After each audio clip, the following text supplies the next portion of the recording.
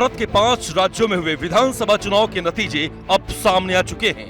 नतीजे सामने आने के बाद से ही इंडिया अलायंस में दरार पड़ती नजर आ रही है। ऐसा इसलिए क्योंकि पहले तो राजद और जदयू ने कांग्रेस पार्टी पर क्षेत्रीय दलों को तवज्जो न देने का आरोप लगाया।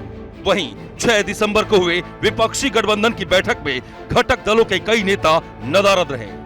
इन सब के बीच अब समाजवादी पार्टी के नेता आईपी सिंह के सुर बदलते नजर आ रहे हैं। विपक्ष ने बीते कुछ महीनों में सियासत में सनातन को अपमानित करने का एक नया ट्रेंड चला दिया।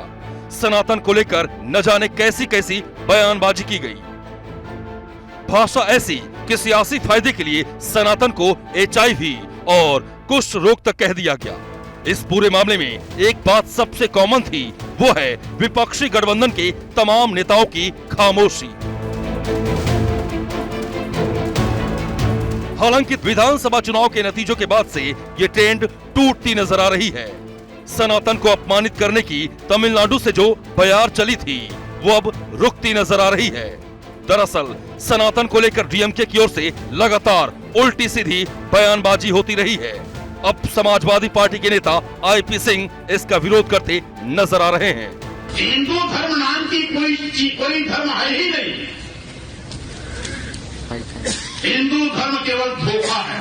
उसी ब्राह्मण धर्म को हिंदू धर्म कहकर के इस देश के दलितों, आदिवासियों, पिछड़ों को अपने धर्म के मकड़जाल में फंसाने की इनकी एक साजिश है। मैं रामचरितमानस के उत्तरकांड के उस अंश का विरोध करता हूं जिसमें लिखा हुआ है धम्म जात में विद्या पाए भयहु जथा ही दूध पिलाए। मैं रामचरितमानस के उस अंश को लेता हूं जिसमें लिखा हुआ जे बरनाधम तेली कुम्हारा सपच की रात कोल कलवारा। बरन में नीच कौन कौन है, पहला नाम तेली का दिया है भैया।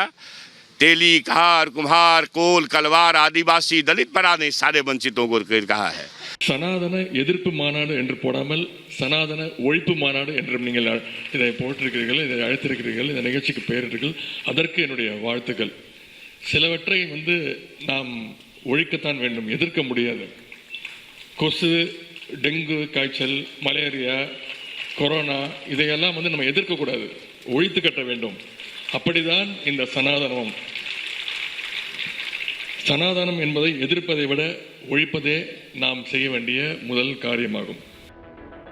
So that is the main reason that the people of this country should think that the power of this BJP is only winning elections and mainly in the heartland states of Hindi and what we generally call as the Gomutra states. You cannot come to South India. You see all the results of what happens in Tamil Nadu, Kerala, Andhra, Telangana and Karnataka. We are very strong over there. So we will not be surprised if you have an option of converting all these states also into union territory so that you can come into indirect power of coming and having, because you can never dream of setting foot over there and taking control of all these southern states. So having the reservation bill into confidence. So we should first look into the history. Social media platform x पर IP Singh ने लिखा, मजाल है कोई इस्लाम धर्म की खिल्ली उड़ा ले। मुस्लिम समाज अपने धर्म की रक्षा करता है और जान देने को तैयार रहता है। दूसरी ओर कुछ सिरफिरे हिंदू आए दिन अपने देवी देवता, वेद पुराण, संस्कृति और परंपरा का उपहास उड़ा रहे हैं। डीएमके नेता आए दिन अपमानजनक शब्द बोल रहे हैं। क्या वे हिंदू धर्म त्याग चुके हैं? यदि वे ईसाई धर्म स्वीकार कर चुके हैं, फिर हिंदू धर्म की आलोचना कैसे कर सकते हैं?